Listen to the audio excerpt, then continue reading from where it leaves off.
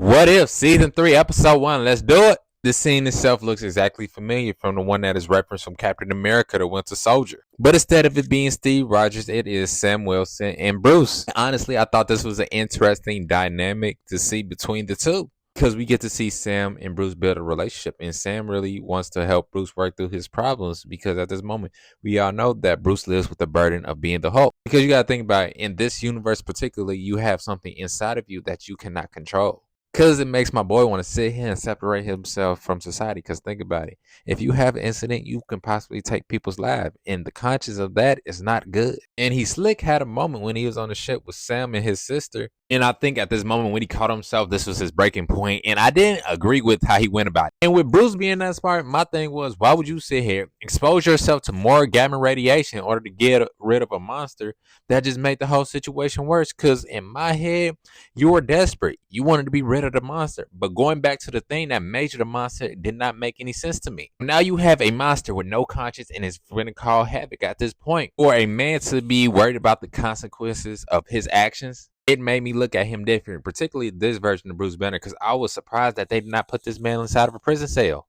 And it was so bad to the point where you had the main Avengers who end up not surviving to put on Transformer suit in order to deal with the problem. Liked about it is the different spin on this Captain America, meaning at that time, I guarantee you within that time jump, he had to step up because Steve Rogers is no longer with us at this point. I'm assuming.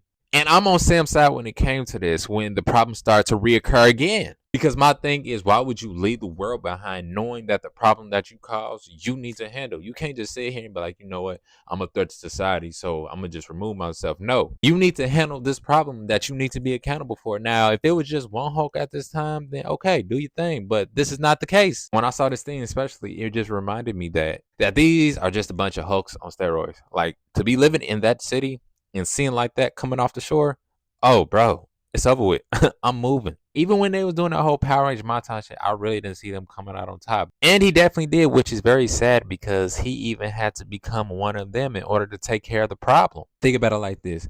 You're living with the burden of being a Hulk. You can never have a fruitful life, meaning you can never have a family, a kids, get to enjoy your regular activities. But with even that being said, we're also looking at somebody who decided to deliberately act out of emotion and put yourself into even a more worse position.